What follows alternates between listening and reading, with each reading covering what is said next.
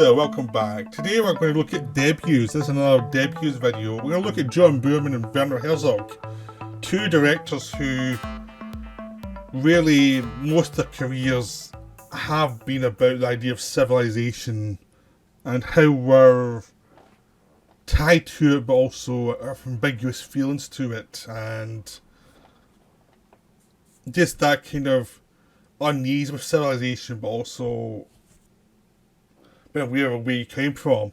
There is that kind of sense in both that these two directors feel kind of similar in a lot of ways. They're two directors I really like. So, and they're also two directors who don't seem to care that much about narrative compared to some other directors. They seem to be following their own vision a lot of the time, and sometimes the film's a bit narratively weird, but it doesn't matter because what they give you is so good. So these are their debuts, and one's more promising looking than the other, and one is substantially better than the other, but both are interesting. We'll start off with the weaker one, which is John Boorman's Catch Us If You Can, which is the Dave Clark 5 film that Boorman got to direct, even though he said he doesn't know anything about pop stars and stuff like that. It's like, I think he said, I'm not the worst person you could possibly hire for this. I'm not interested at all. Because Richard Lester had just made Hard Day's Night with the Beatles. It had been a massive hit, and another big band in the UK was the Dave Clark 5 band. So they were going to make this film either way, and they basically saw Boorman as a young, promising director. And it was like, it doesn't matter what you make, as long as they're in the film and have some of the music in the film, you can do whatever you want. And I think the band seemed to be okay with that, So Boorman made a film where he was not making a film about the Dave Clark 5 band. Most of the band are not in the film, except for little moments here or there. It's unlike Hard Day's Night, where the Beatles are there as characters throughout, and they're distinctively different from each other. This one is the Dave Clark is the central character, and other band members pop in every 30 minutes, it seems. It's almost like contractually you have to bring them in every so often. But we know they can't act, and just give them some basic dialogue and have them in the background. And they're the worst parts of the film. But Boorman does it well enough. But the whole idea of it is, these are stuntmen. They play stuntmen on this film. And Dave Clark, he hooks up with one of the lead actresses. It's actually an advertising campaign, but they do films as well. But the idea is, hooks up with this actress who's the front for this meat company thing they're trying to do. Just a smell. So you see the picture of her behind me. Her face, she's the best thing in the film by a mile. Because basically, it's obviously Boorman was interested in this character more than the other, the Dave Clark character. Because he can't really act either. He's just like the solid kind of straight man for the film. Which is like, yeah, they take his limitations. They look, there's only so much you can actually do as an actor. Let's mould that to make it effective, and he seems to be okay with that. He seems to have been self-aware enough to know that hire someone good to play the lead actress, hire someone good, and let her steal the film, and I'll be over here and I'll look decent enough. And that's what he did, and that was perfectly the best way to deal with that. So it all becomes an idea about selling commodities and advertising. And the idea is that him and the woman, they run off from the advertising campaign to see the world, or see UK, and the advertisers are trying to get them back, but also they're manipulating the situation of them running away to actually keep selling the product. So his idea is, you can't escape from advertising. No matter what you do, they're going to find a way to sell what they want to sell. That is what the film's about, is just the selling point. So they're taking a sellout film project and making a take the piss out of selling out. Which the Beatles did with more fun. The idea of they've been exhausted doing this touring. It's much more lighter in the sense of you're being kind of con, but you're also part of the system because you want this product. And this one is much more cynical. It's like, they're trying to sell you something you don't really need. It's like, it's meat. People are going to buy meat anyway. It doesn't matter if you advertise it or not. It's not a big deal. It's you're trying to force something into something you don't need to advertise that much. So it's like a forced product. So it's a much more cynical film. And throughout it, they run into different characters. They're on the run from the police, have been brought up with these advertising people. And they meet up with a couple who are going to this party. So the image of me behind me is of the party. It's very much a poser party. They meet up with some hippies at some point as well, and the hippies are doing sit-ins at this place, this military place, and the police arrive and they have to go and run there as well. Which includes a guy from Raiders of the Lost Ark playing a hippie. One of the guys, the Hitler guy, he plays a hippie in this film, a younger version of him with hair. And you've also got them going to this farm, which is now getting redone as a kind of Wild West farm to try and get people who like westerns. The idea of everything's been resold as something else. Everything, like, you're either protesting against this and basically getting beaten up. You're trying to profit off it, or you're trying to be hip, like the couple is, and going to these kind of very annoying, overly hip parties where people are like cross-dressing things to make themselves look as if they're the most progressive, and it's like you're trying too hard type of thing. That thing where people are trying too hard to show their good faith and show how cool they are, and it's like, yeah, I'm not sure you believe in all this. There's that feeling to it, and it's the film setting it up an idea of even trying to find yourself, because they end up going to this location, this hotel, which is meant to be the symbol of normality, but we get there, the press are already there, and the women going back into tour, and it's almost like she does this every so often to get a sense of reality before she goes back to sell things. And Dave Clark's character just goes away and does something else with his boys, and it's like it's very obvious. I mean, Boorman has not been subtle here, but there's an atmosphere to the film that works really well. The sense of a world is gone mad and it's a little sick, and it's been corrupted by its own sense of imagery, and it doesn't know how to make itself well. It's in love with the imagery and it doesn't quite know how to deal with it. Everything's been corrupted by money as well, and it's just this sense of they're taking stuff that could be profitable naturally and trying to push it and create an industry that you don't really need, which is the advertising thing. You just need a little bit of it, but they're trying to push it to be the main industry, and it's corrupting the imagery itself. So there's a lot of that kind of stuff in the film, but it's still a silly film. So Boorman can only go so far with what he wanted to do. He'd go a lot further later on in his other films. But you can tell it's a John Boorman film, because one, there's a weird sense that it's not as much fun as it should be with this thing, because it's much more serious than some of the Beatles films are. To its detriment, to be honest, I think this film needed more Richard Lester, because it just there are times when it's a really interesting take on a Richard Lester film, but a lot of time it's like you're pushing too far, and you're not, and some of the nuances are getting lost because it's so heavy-handed.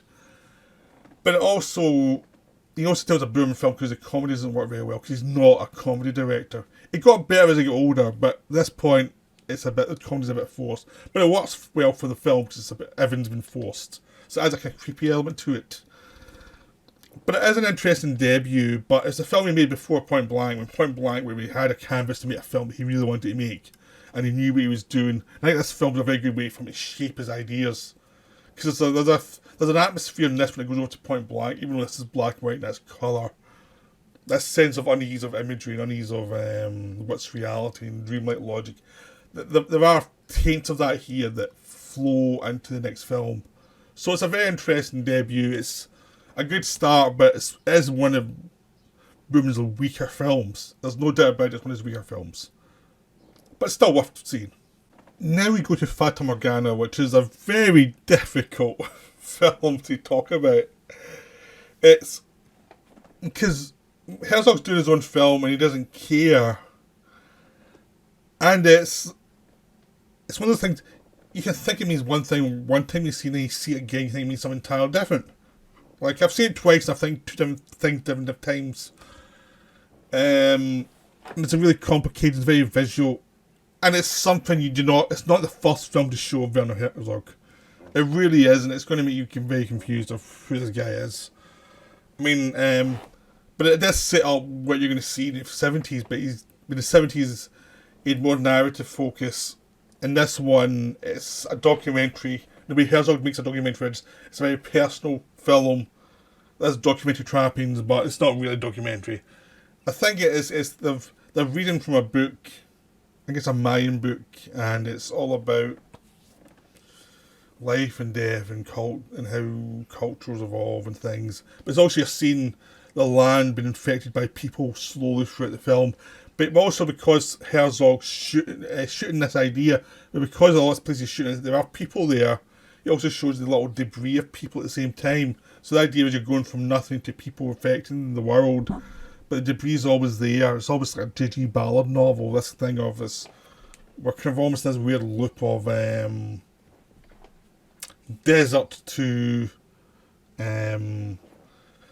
machines becoming like the flesh of the people, and us dominating with our culture, our kind of tacky culture, and the debris of what we leave behind, of this tacky debris that's destroying the landscape. And there's this sense of a world infected by humans, but it's the only thing that gives the world life as well, because the world's indifferent towards humanity generally as well. The world's indifferent towards everything. It's just, it exists.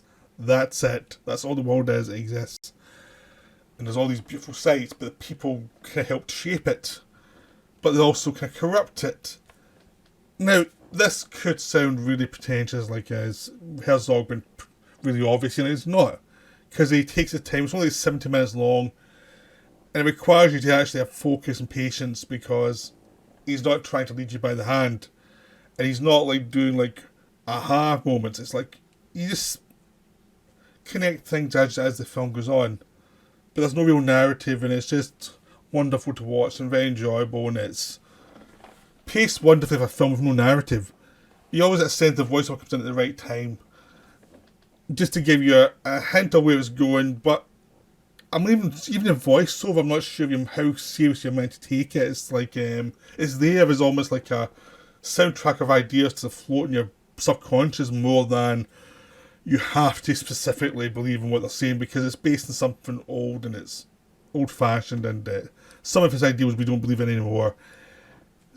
But also, when you look at things that are older, you get moments where they've actually got real clarity of what human existence is. So you've got these two elements running against each other, but also two elements of the landscape and the people running against each other, and it's this kind of weird melding of like past and future, and where's it going? It's just become an experience of where's humanity going, where's the world going? Is the world going with us, or are we getting left behind somewhere? And it creates this mood of what is life for us in the 20th century. Because this film was made in the late 60s or early 70s. It was just before Where Wrath for God, and it was kind of his debut in the letter of Where Wrath for God. And it does feel like a film made by someone who's forming their ideas. But it's also showing a film made by someone who does not care if you don't like his film, if you don't like his ideas. He doesn't care. You watch the film, either you take it or you leave it. He couldn't care less, obviously. It's a film made by someone who's just following his muse and trying to work things out for himself and creating this impression. It's like this sort of sense of imagery that starts off with all these shots of planes landing one after another, and it becomes this thing of you're almost hypnotized by this repeating. Because I mean, a plane shot landing can be one of the most basic shots in cinema. It can be one of the most boring shots in cinema. A lot of directors hate plane landing shots. They're trying to avoid whatever they can, and because it's so boring.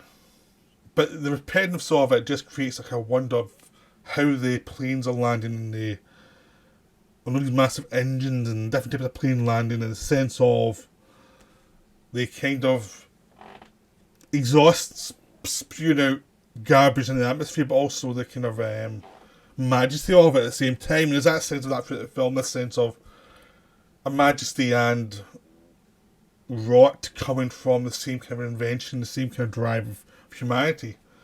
There's like the two levels going at once. That's why this feels a much more complicated film and Catch As If You Can. It feels it's much more like focused in the kind of irredeemable rot of humanity on the landscape, but the kind of how it's needed at the same time, how it's required to give the landscape some context and life, at least for us, at least for what we're doing. We need to sense with some context, even if we don't really, because shot after shot shows you that landscape and Earth does not care about us at all. We can all die for all it cares. It does not care. It's indifferent. It's different to every animal in the landscape, just as we're indifferent to most of the animals. Unless there's something that gives us sentimental value, but the rest of the time we're kind of indifferent. It's just this sense of life in the planet and this beautiful planet and what we do to it and how it doesn't really matter. Because, I mean, the Earth's going to go on without us quite happily. If we mess it up, the Earth will go on without us. It'll reform and the trees will regrow over time and we'll be gone. It's just this great sense of what are we and how we're almost like visitors on this landscape that will adjust without us. So it's a wonderful film. It's a really good debut. It's a really striking debut. It's as striking as the early Cronenberg debut, like experimental films. They're like not films you can make commercially, but they're films that have a unique feeling to them you couldn't really get anywhere else. So that's what's wonderful about them. But it's not something you can watch all the time. It requires patience. So, but I would highly recommend it. So I hope you enjoyed these two debuts.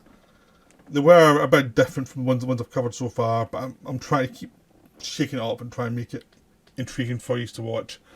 So I'll be back soon with another video, but that's us for now.